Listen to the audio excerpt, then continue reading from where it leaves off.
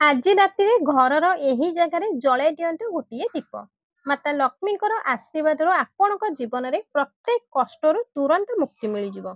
ପୁରା ଖୁସିରେ ଆପଣଙ୍କର ଘର ଭରିଯିବ। 20 ମାର୍ଚ୍ଚ ଗୁରୁବାର ଷଷ୍ଠୀ ତିଥି ଦିନଟି ବହୁତ ସାରା ଶୁଭ ସଂଯୋଗ ନିର୍ମାଣ ହେଉଅଛି। ଏଥିପାଇଁ ଏହି ଦିନର ମହତ୍ଵ ବହୁତ ବଡ଼ ହୋଇଥାଏ।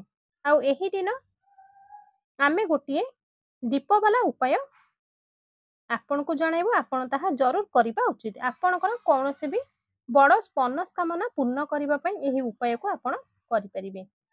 ମା ଓ ଭଉଣୀମାନେ ଘରର ସୁଖ ଶାନ୍ତି ଓ ଘରର ସୁଖ ସମୃଦ୍ଧି ବଢ଼ାଇବା ପାଇଁ ଏହି ଉପାୟକୁ କରିପାରିବେ। କାହିଁକି ନା ମା ଭଉଣୀ ଘରର ଲକ୍ଷ୍ମୀ ହୋଇଥାନ୍ତି। ଆଉ ଯେବେ ଘରର ଲକ୍ଷ୍ମୀ କୌଣସି ବିଶେଷ ଉପାୟ କରିଥାନ୍ତି ତ ତାହାର ଫଳ ବହୁତ ଜଲ୍ଦି ମିଳିଥାଏ। ଏହି ଉପାୟକୁ କୌଣସି ବି ବ୍ୟକ୍ତି କରିପାରିବେ। ଆଉ ଏହି ଉପାୟକୁ ଗୁରୁବାର ଦିନ ଜରୁର କରନ୍ତୁ। ଏହାର ଫଳ ବହୁତ ଜଲ୍ଦି ମିଳିଯିବ। କାହିଁକି ନା 20 ମାର୍ଚ୍ଚ ଗୁରୁବାର ଦିନ ମାତା ଲକ୍ଷ୍ମୀ ବହୁତ ସହଜରେ ପ୍ରସନ୍ନ ହୋଇଥାନ୍ତି। ତେବେ ଆସନ୍ତୁ ଏବେ ଜାଣିବା ଏହି ଦୀପବାଲା ଉପାୟକୁ ଆପଣ କିପରି କରିବେ। ଏହି ଉପାୟକୁ କରିବାର ସମୟ କ'ଣ ରହିଛି? 20 ମାର୍ଚ୍ଚ 2025 ଗୁରୁବାର ଦିନ ଦୀପବାଲା ଉପାୟ। ଏହା ମୁଖ୍ୟ ଭାବରେ ସକାଳେ କରିପାରିବେ, ନାହିଁ ତ ସନ୍ଧ୍ୟା ସମୟରେ ପ୍ରଦୋଷ କାଳରେ କରିପାରିବେ। ଆପଣ ରାତିରେ ବି ଶୋଇବା ପୂର୍ବରୁ ଏହି ଉପାୟକୁ କରିପାରିବେ। ଯଦି ଆପଣ ପଇସା ପାଇଁ ବହୁତ ଚିନ୍ତିତ ରହୁଛନ୍ତି, ଆର୍ଥିକ ସମସ୍ୟା ଚାଲୁଅଛି, ଅନେକ ଥର ଆପଣ ବହୁତ ଚେଷ୍ଟା କରୁଛନ୍ତି କିନ୍ତୁ ପରିଶ୍ରମ ବହୁତ କରୁଛନ୍ତି କିନ୍ତୁ ଆପଣଙ୍କୁ ଧନ ପ୍ରାପ୍ତି ହେଇପାରୁନାହିଁ। ଆପଣ ପରିଶ୍ରମ କଲା ପରେ ବି ସଫଳ ହେଇପାରୁନାହାନ୍ତି। ଆପଣ ଆପଣଙ୍କର ବ୍ୟାପାରରେ ଅସଫଳ ହେଇଯାଉଛନ୍ତି, ଚାକିରି କରିବା ଚେଷ୍ଟାରେ ଅସଫଳ ହେଇଯାଉଛନ୍ତି, କୌଣସି ବି କାର୍ଯ୍ୟରେ ଯଦି ଆପଣ ଅସଫଳ ହେଇଯାଉଛନ୍ତି କିମ୍ବା ଆପଣଙ୍କୁ ଧନର ହାନି ହେଉଅଛି ତ ଆପଣ ଏହି ଛୋଟିଆ ଉପାୟକୁ 19 ମାର୍ଚ୍ଚ ଗୁରୁବାର ଚୈତ୍ର ମାସରେ ଜରୁର କରିବା ଦରକାର। ଆପଣଙ୍କୁ ଗୋଟେ ଛୋଟିଆ ଅନୁରୋଧ, ଯଦି ବି ଆପଣ ଆମର ଏହି ଚ୍ୟାନେଲରେ ନୂଆ ଅଛନ୍ତି ତ କୃପା କରି ଆମର ଏହି ଚ୍ୟାନେଲକୁ ସବସ୍କ୍ରାଇବ ଅବଶ୍ୟ କରିଦିଅନ୍ତୁ। ଏହି ଉପାୟଟି ପାଇଁ ଗୋଟିଏ ଦୀପ ଓ ହଳଦୀ ଦରକାର। ଗୁରୁବାର ଦିନ ଷଷ୍ଠୀ ରାତିରେ ଗୋଟିଏ ଦୀପରେ ହଳଦୀ ପକାଇ ଘରର ଏହି ଜାଗାରେ ଜଳାଇ ଦେବେ। ରାତାରାତି ଧନବାନ ଓ କରୋଡ଼ପତି ବନିଯିବେ। ମାତା ଲକ୍ଷ୍ମୀଙ୍କର କୃପା ଆପଣଙ୍କ ଘରେ ନିର୍ଧନତା ଓ ଗରିବୀ ସବୁବେଳ ପାଇଁ ଦୂର ହୋଇଯିବ। ତ ଏହି ହଳଦୀବାଲା ଦୀପ ଯଦି ଆପଣ ଆପଣଙ୍କ ଘରେ ଜଳାଉଛନ୍ତି, ଏହା ବୁଝି ନିଅନ୍ତୁ ଆଗକୁ ଆସୁଥିବା ଆପଣଙ୍କର ପିଢ଼ି, ଆଗକୁ ଆସୁଥିବା ସମୟରେ କେବଳ ଆଉ କେବଳ ଆପଣ ଧନ ହିଁ ଧନ ଦେଖିବେ। ଆଉ କେବେ ବି ଆପଣଙ୍କ ଜୀବନରେ ଗରିବୀ ନିର୍ଧନତା ଫେରିକି ଆସିବ ନାହିଁ। ହଳଦୀ ସିଧା ସିଧା ଶ୍ରୀହରି ବିଷ୍ଣୁଙ୍କ ସହିତ ଯୋଡ଼ା ହୋଇଥାଏ। ଆଉ ହଳଦୀ ସୌଭାଗ୍ୟର ପ୍ରତୀକ ହୋଇଥାଏ। ହଳଦୀ ଧନକୁ ଟାଣିକି ଆଣିବାର କାମ କରିଥାଏ। ହଳଦୀ ଧନର ବୃଦ୍ଧି କରିଥାଏ, ପଇସାକୁ ବଢ଼ାଇଥାଏ। ଏଥିପାଇଁ କୌଣସି ବି ଶୁଭ ମୁହୂର୍ତ୍ତରେ ବା ଶୁଭ ଦିନରେ ସବୁଠୁ ପ୍ରଥମେ ହଳଦୀର ଉପଯୋଗ କରିଥାନ୍ତି। ଯଦି କୌଣସି ପୂଜା ପାଠ କରୁଛନ୍ତି, ବିବାହ ହୋଇଥାଏ, ଗୃହ ପ୍ରବେଶ ହୋଇଥାଏ ତ ସବୁଠୁ ପ୍ରଥମେ ଆମେ ହଳଦୀର ବ୍ୟବହାର କରିଥାଉ। ଏହି ଉପାୟ ପାଇଁ ଆପଣ ଗୋଟିଏ ଅଟାରେ ଦୀପଟିଏ ବନାଇବେ। ଯେଉଁ ଦୀପ ତିଆରି କରିବେ ସେହି ଅଟାରେ ହିଁ ଗୋଟିଏ ଚୁଟକି ହଳଦୀ ପକାଇ ଅଟା ଚକଟିକି ଦୀପଟିଏ ତିଆରି କରିବେ। ଆଉ ସେହି ଦୀପଟିଏ ହଳଦିଆ ହୋଇଯିବ। ସେହି ଦୀପରେ ଶୁଦ୍ଧ ଘିଅ ଭରିଦେବେ। ଗୋଲବତୀ ଲଗାଇକି ଏବେ ଏହି ଦୀପ ଆପଣ ଆପଣଙ୍କର ଘରର ପୂଜା ଘରେ ଜଳାଇବେ, ଶ୍ରୀହରି ବିଷ୍ଣୁଙ୍କ ସାମ୍ନାରେ। ଆଉ ଯେଉଁ ଲୋକ ଅଟାରେ ଦୀପ ବନାଇ ପାରିବେ ନାହିଁ, ସେହି ବ୍ୟକ୍ତି ମାଟିର ଦୀପ ବି ନେଇପାରିବେ। ସେହି ଦୀପ ଭିତରେ ଆପଣ ଏକ ଚୁଟକି ହଳଦୀ ପକାଇଦେବେ। ତାପରେ ସେହି ଦୀପକୁ ଆପଣଙ୍କର ଘରର ପୂଜା ଘରେ ଜଳାଇ ଦେବେ। ଶ୍ରୀହରି ବିଷ୍ଣୁଙ୍କୁ ଧ୍ୟାନ କରିବେ, ମାତା ଲକ୍ଷ୍ମୀଙ୍କୁ ଧ୍ୟାନ କରିବେ, ପ୍ରାର୍ଥନା କରିବେ କି ଆମ ଘରେ ଯେତେ ବି ନିର୍ଧନତା ଅଛି, ଗରିବୀ ଅଛି, ଧନ ସହ ଯୋଡ଼ା ସମସ୍ୟା ଅଛି, ସେ ସବୁକୁ ଆପଣ ଦୂର କରି ଦିଅନ୍ତୁ। ତ ଏହି ଷଷ୍ଠୀ ତିଥିରେ ଗୋଟିଏ ଥର ଏହି ଉପାୟକୁ ଆପଣମାନେ ନିହାତି କରିକି ଦେଖନ୍ତୁ। ତାପରେ ଆପଣ ଆପଣଙ୍କ ଜୀବନରେ କିପରି ଚମତ୍କାର ଦେଖିବାକୁ ଲାଗିବ। ବହୁତ ହିଁ ବିଶେଷ ଓ ବହୁତ ଲାଭକାରୀ ଉପାୟ ଅଟେ। କାହିଁକି ନା ହଳଦୀ ନା କେବଳ ଆପଣଙ୍କ ଘରେ ପଇସାକୁ ବଢ଼ାଇବାର କାମ କରିଥାଏ, ବରଂ ହଳଦୀ ବହୁତ ଶୀଘ୍ର ଧନ ବଢ଼ିବାର କାମ କରିବ। ଆପଣଙ୍କ ଧନ ବୃଦ୍ଧି ହେବ, ପଇସା ବହୁତ ସାରା ବଢ଼ି ଚାଲିବ। ଘରେ କେବେ ବି ବେମାରୀ ପ୍ରବେଶ କରିବ ନାହିଁ। କାହିଁକି ନା ଯେଉଁଠି ଦୀପରେ ହଳଦୀ ଦେଇ ଦୀପ ଲଗାଯାଏ ସେଠି କେବେ ବି ନେଗେଟିଭ ଏନର୍ଜି ରହିନଥାଏ ଏବଂ ଆପଣଙ୍କର ଘର ନଜର ଦୋଷରୁ ଦୂରରେ ଥାଏ। ଏବେ ଚାଲନ୍ତୁ ହଳଦୀ ସହିତ ଯୋଡ଼ା ଗୋଟିଏ उपाय जानिबा आउ एही उपाय आपणको भाग्य को साथ देला वाला एही उपायटी बहुत चमत्कारी अटे।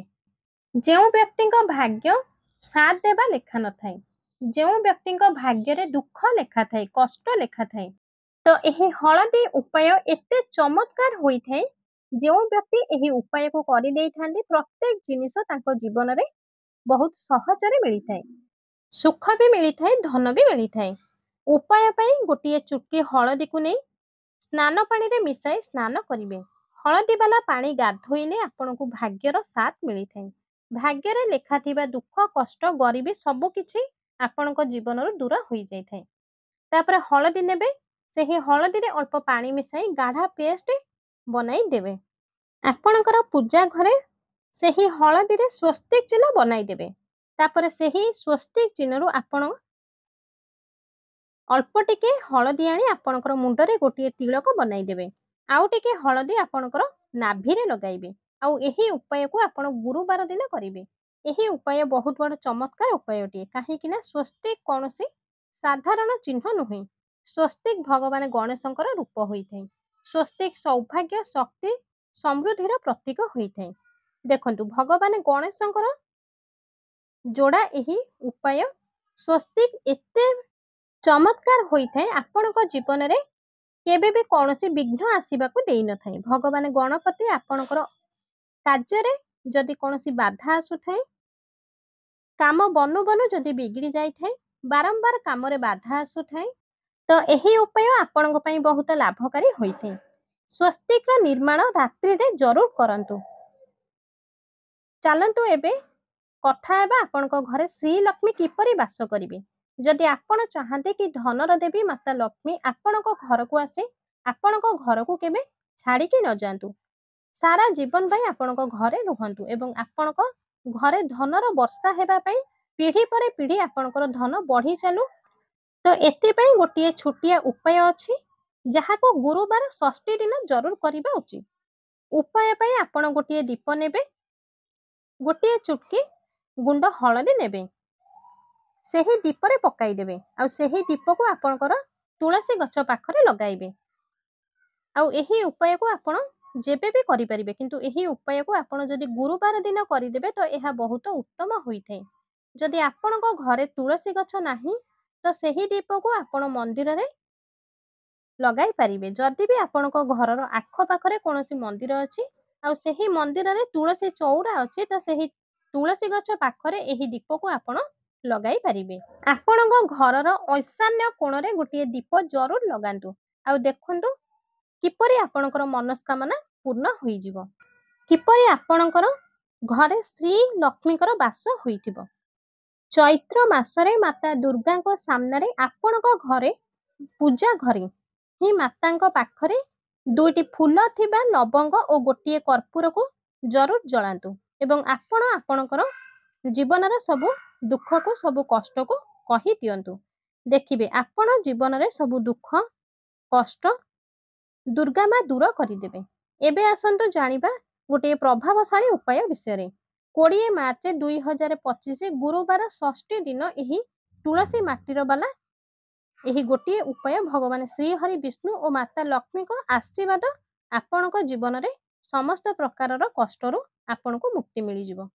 ଆପଣଙ୍କର ପ୍ରତ୍ୟେକ ମନସ୍କାମନା ପୁରା ହୋଇଯିବ, ପୁରା ଖୁସିରେ ଆପଣଙ୍କର ଘର ଭରିଯିବ। ଆପଣଙ୍କର ପୁରା ଏ ବର୍ଷଟି ମାଲାମାଲ ହୋଇଯିବେ, କାହିଁକି ନା ଏହି 20 ମାର୍ଚ୍ଚ ଗୁରୁବାର ଷଷ୍ଠୀ ଦିନ ବହୁତ ସାରା ଶୁଭ ସଂଯୋଗର ନିର୍ମାଣ ହେଉଅଛି, ଯାହାକି ଅନେକ ବର୍ଷ ପରେ ଆସିଅଛି। ଏଥିପାଇଁ ଦର୍ଶକ ବନ୍ଧୁ ଏହି ଦିନର ମହତ୍ତ୍ୱ ବହୁତ ହିଁ ଅଧିକ ହୋଇଥାଏ ଆଉ ଏହି ଦିନ ଆପଣଙ୍କୁ ଏହି ତୁଳସୀ ମାଟି ବାଲା ଉପାୟକୁ ଜରୁର କରିବା ଉଚିତ।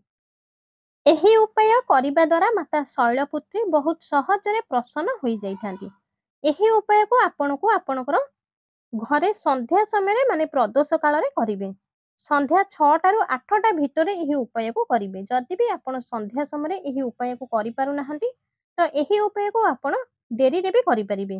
ଏହି ଉପାୟ ଆପଣ 20 ମାର୍ଚ୍ଚ ଗୁରୁବାର ଦିନ ନିହାତି କରିବେ। ଭଗବାନ ଶ୍ରୀହରି ବିଷ୍ଣୁ ଓ ମାତା ଲକ୍ଷ୍ମୀଙ୍କର ଆଶୀର୍ବାଦ ସदैବ ଆପଣଙ୍କ ଉପରେ ଏବଂ ଆପଣଙ୍କର ପୁରା ପରିବାର ଉପରେ ବନି ରହୁ। ତ ସେଥିପାଇଁ କମେଣ୍ଟ ବକ୍ସରେ ଜୟ ଶ୍ରୀହରି ବିଷ୍ଣୁ ଓ ଜୟ ମାତା ଲକ୍ଷ୍ମୀ ଅବଶ୍ୟ ଲେଖନ୍ତୁ। ଆମର ଏହି ଚ୍ୟାନେଲକୁ ସବସ୍କ୍ରାଇବ୍ କରି ଭିଡ଼ିଓ ଗୋଟେ ଲାଇକ୍ କରିଦିଅନ୍ତୁ। ତେବେ ଆସନ୍ତୁ ଜାଣିବା ମାଟିବାଲା ଉପାୟ ଏହି ଗୁରୁବାର ଦିନ ଆପଣ କିପରି କରିବେ। ଉପାୟଟି ପାଇଁ ଗୋଟିଏ ଦୀପରେ ଦେଶୀ ଘିଅରେ ହଳଦୀ ପକାଇ ତୁଳସୀ ଗଛ ପାଖରେ ସେହି ଦୀପକୁ ଜଳାନ୍ତୁ। ଓମ୍ ନମୋ ଭଗବତେ ବାସୁଦେବାୟ ନମଃ ଏହି ମନ୍ତ୍ରକୁ ଆପଣ 11ରୁ 12 ଥର ଜପ କରିବେ। ତ ତୁଳସୀ ଗଛ ମୂଳରୁ ମାଟି ଆଣିବେ, ସେହି ମାଟିରୁ ଆଣି ଆପଣ ଗୋଟିଏ ଜାରରେ ଷ୍ଟୋର କରିକି ରଖିବେ। ଯୁଆଡ଼େ ବି ଯେଉଁ ମୁଖ୍ୟ କାର୍ଯ୍ୟରେ ଆପଣ ବାହାରକୁ ବାହାରିବେ ସେହି ମାଟିରୁ ଆପଣଙ୍କର ମଥାରେ ତିଳକ ଲଗାଇକି ଯିବେ। ଦେଖିବେ ଆପଣ ସେହି କାର୍ଯ୍ୟ ଆପଣଙ୍କର ପୁରା ହୋଇଯିବ ଏବଂ ସବୁ କାର୍ଯ୍ୟରେ ଆପଣ ସଫଳତା ପାଇବେ। ତୁଳସୀ ମୂଳରୁ ଯେଉଁ ମାଟି ଆଣିଥିବେ ସେହି ମାଟିକୁ ଆପଣ ଗୋଟିଏ ଜାରରେ ଷ୍ଟୋର କରି ରଖିପାରିବେ। ଯୁଆଡ଼େ ବି ଯିବେ, ଯେଉଁ କାମରେ ବି ଯିବେ, ଆପଣ ସେହି ମାଟିରୁ ଆଣିକି ଆପଣଙ୍କର ମଥାରେ ଲଗାଇକି ଯିବେ। ଏହା ଆପଣଙ୍କୁ ସବୁ କାର୍ଯ୍ୟରେ ସଫଳତା ଦେଇଥାଏ। ଆପଣଙ୍କ ଜୀବନରେ ଆପଣ ବହୁତ ଉନ୍ନତି କରିବେ। ତ ଆଶା କରୁଛି ଭିଡ଼ିଓଟି ନିହାତି ଭାବରେ ପସନ୍ଦ ଆସିଥିବ। ଯଦି ଭିଡ଼ିଓଟି ଆପଣଙ୍କୁ ପସନ୍ଦ ଆସିଥାଏ ତେବେ ଭିଡ଼ିଓକୁ ଗୋଟେ ଲାଇକ୍ କରନ୍ତୁ। ଚ୍ୟାନେଲକୁ ସବସ୍କ୍ରାଇବ୍ କରି ପାଖରେ ଥିବା ବେଲ୍ ଆଇକନଟିକୁ ଦବାଇ ଦିଅନ୍ତୁ।